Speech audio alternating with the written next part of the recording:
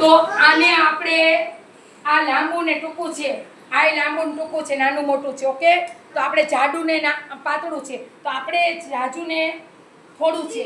બરોબર? તો આપણે સમજ આને શું કહેવાય? આને મોટું લાંબુ, પછી આને ટૂંકું.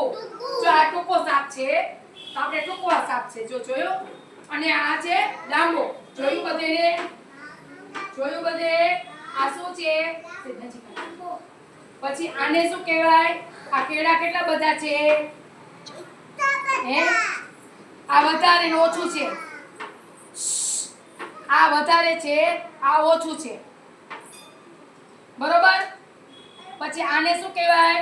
એક આ શું છે? જાડુ. આ જાડો છે અને આ પાતળો છે. સમજી ગયા?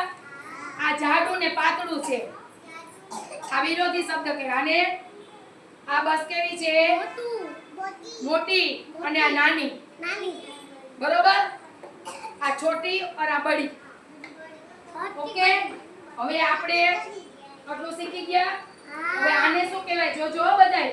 આને દરજી કહેવાય. દરજી. પછી આને કડિયો કહેવાય. કડિયો. પછી આને શું કહેવાય? ટપાલી. ટપાલી. આપણે એક એક ઘરે ટપાલ નાખવા જાય ને ટપાલી કહેવાય. બરોબર? એક એક ઘરે આપણે નાખવા જાય ને ટપાલી કહેવાય. હો, પછી આને શું કહેવાય? કડિયો. કડિયો. આપણે કડિયા કામ કરીએ છીએ ને આપણે બધાને ઘરે. બેસા બેસા અહીંયા બેસા, મારી ખુરશી બેસા, મારી ખુરશી બેસા, અહીંયા બેસા. હો, આપણે કડિયો કામ કહેવાય. કડિયા શું કહેવાય? કડિયા કામ આપણે માટી, સિમેન્ટ, રેતી અને ઉપર કડિયા કામ કરતા હોય ને, છત ભરતા હોય ને કડિયા કામ કહેવાય. શું કહેવાય?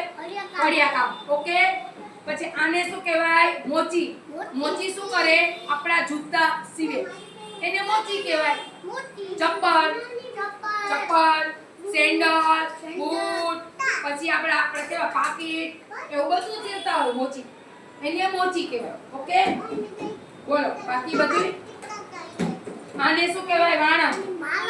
આને શું કહેવાય? વાણંદ. વાણંદ કટિંગ કામ કરે.